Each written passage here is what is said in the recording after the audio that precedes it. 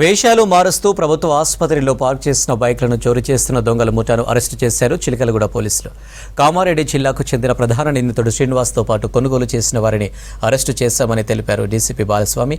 బైకులను తక్కువ ధరకు అమ్మి వచ్చిన డబ్బులతో జల్సాలు చేయడానికి అలవాటు పడ్డారన్నారు. నిందితుల నుంచి 10 లక్షల విలువైన 18 ద్విచక్ర వాహనాలను స్వాధీనం చేసుకుని రిమాండ్కు తరలించామని తెలిపారు డీసీపీ బాలస్వామి. ఈ 2 వీలర్ వెహికల్స్ మిస్ అవుతూ ఉన్నాయి.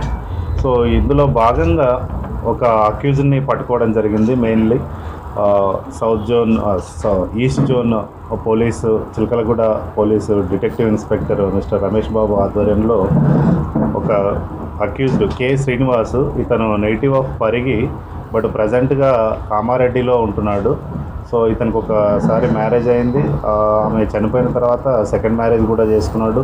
ఆమెతో కూడా కొన్ని రోజులు కలిసి ఉండి మళ్ళీ తర్వాత ఆ అమ్మాయి వెళ్ళిపోయినప్పుడు మళ్ళీ తర్వాత 3 monthsకి మళ్ళీ అక్కడ వెళ్ళి కామారెడ్డిలో నివసిస్తున్నాడు. బట్ ఇతని మోటివ్ ఏంటి అంటే డైరెక్ట్ ఎప్పుడైతే అవసరం ఉంటుందో మనీ అవసరం ఉన్నప్పుడల్లా ఈ గవర్నమెంట్ హాస్పిటల్స్కు మనకు చాలా ప్లేసెస్ నుంచి పబ్లిక్ వస్తూ ఉంటుంది. సో వచ్చినప్పుడు ఆ వెహికల్స్ పార్కింగ్ చేసినప్పుడు ఆ పార్కింగ్ చేసిన వెహికల్స్ని తీసుకుపోవడము, అమ్మేయడము ఇట్లాంటివి చేస్తూ ఉన్నాడు అనమాట. సో ఇతన్ని పట్టుకున్న తర్వాత 3 రిసీవర్స్ని, వీళ్ళు కూడా అంటే లేబరర్స్ బట్ వాళ్ళ అవసరాల కోసం కొనుక్కున్నారు.